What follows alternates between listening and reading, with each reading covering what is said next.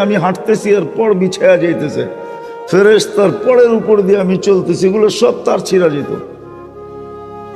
তোমারও তার ছিঁড়া যেত। তুমি যখন দেখতে, নইলে হিত কিতাবে কেন আসতো যে এক রাস্তা আরেক রাস্তার উপরে গৌরব করে?